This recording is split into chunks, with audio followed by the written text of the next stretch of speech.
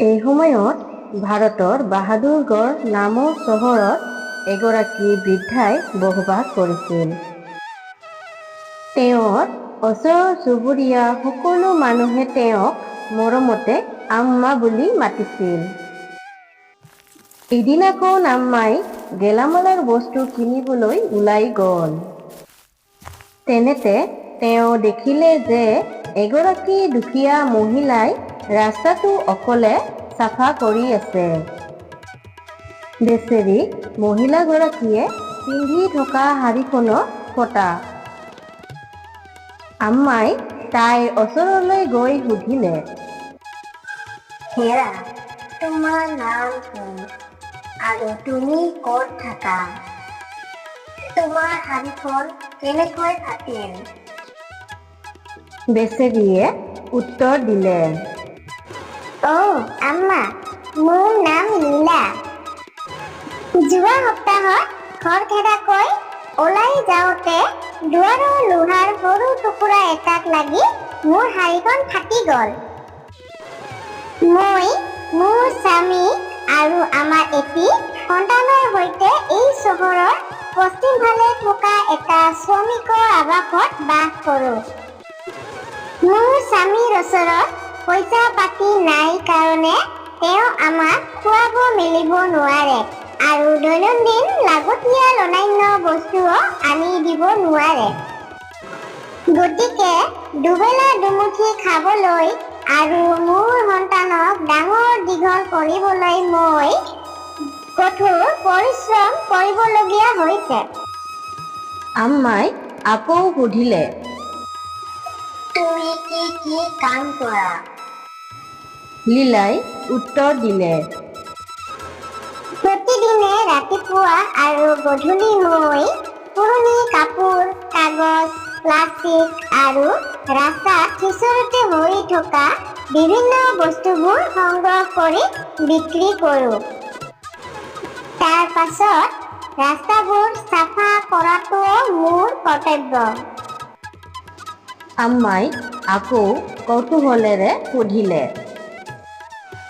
ঠিক আছে, তাৰ পাছত ঘৰলৈ গৈ জিৰণি লোৱানে? নাই, কাৰণ কেৱল এয়াই নহয়। এইবোৰ কৰাৰ পাছত মই দোকান পৰিষ্কাৰ কৰা আৰু গাড়ী চাফা কৰা কাম কৰোঁ আৰু সন্ধিয়া বজাৰলৈ ওলাই গৈ মাছ বিক্ৰী কৰোঁ। লীলাই ক'লে। অলপ সময়ৰ বাবে এটা দীঘল উশাহ লৈ লীলাই আকৌ ক'লে, আম্মা, মোৰ দিনটো এনেকৈয়ে পাৰ হৈ যায় আৰু সেইকাৰণে মই মোৰ কাপোৰ চিলাই কৰিবলৈ অলপো সময় নাপাওঁ।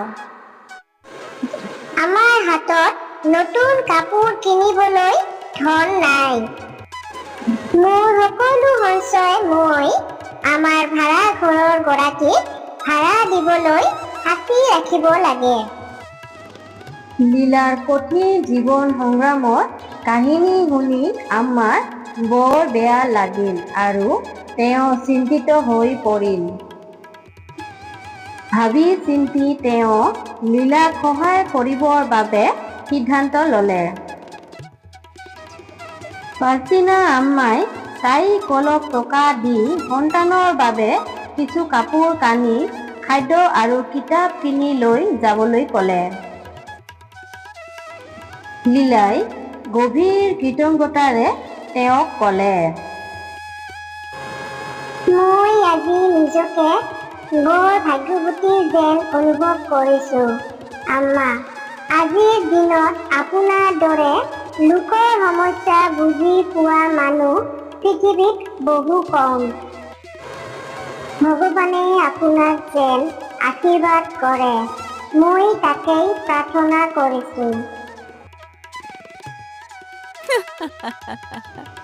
আম্মাই হাঁহি এটা মাৰি তাইক সাৱটি ধৰি কান্ধত মৰমেৰে থপৰিয়াই ঘৰলৈ উভতি আহিল। কেইসপ্তাহমানৰ পাছত এদিন আম্মাই বজাৰৰ ব্যস্ত ৰাস্তাটো পাৰ হৈ আছিল।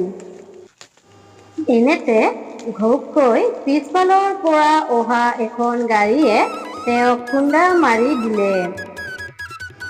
আম্মাই ভীষণ আঘাত পালে আৰু ঠাইতে পৰি গ'ল। লগে লগে ওচৰত থকা সকলো মানুহ আহি তেওঁৰ চাৰিওফালে গোট খালে।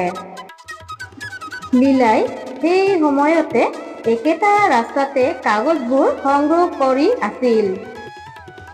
মানুহৰ কোলাহল শুনি তাইও কিয় ভিৰ হৈছে চাবলৈ গ'ল। ভিৰ ঠেলি চাওঁতে লীলাই আম্মাক তেজেৰে লুতুৰি পুতুৰি অৱস্থাত পৰি থকা দেখিলে। লীলাই লগে লগে তাইৰ শাৰীখন অলপ ফালি আম্মাৰ মূৰত কাপোৰখন বান্ধি দিলে। লীলাই সহায় বিচাৰি মানুহক মাতি আম্মাক চিকিৎসালয়লৈ লৈ গ'ল। বেছিকৈ আঘাতপ্ৰাপ্ত হোৱাৰ বাবে আম্মাৰ শৰীৰৰ পৰা বহু তেজ ওলাই গৈছিল। সেইবাবে লীলাই আম্মাক নিজৰ তেজ দান কৰিলে। আন মানুহবোৰে মাত্ৰ আম্মাৰ দুৰ্ঘটনা চাবলৈ ইফালে সিফালে গোট খাই আম্মাৰ আঘাতৰ বিষয়ে আলোচনা কৰি থাকিল। কিন্তু তেওঁক সহায় কৰিবলৈ কোনো আগবাঢ়ি নাহিল।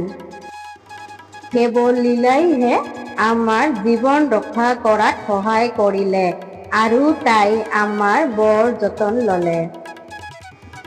যেতিয়া আম্মা লাহে লাহে সুস্থ হৈ পৰিল, তেওঁ লীলাক ক'লে, বহুত ধন্যবাদ লীলা, তুমি মোৰ জীৱন ৰক্ষা কৰিলা।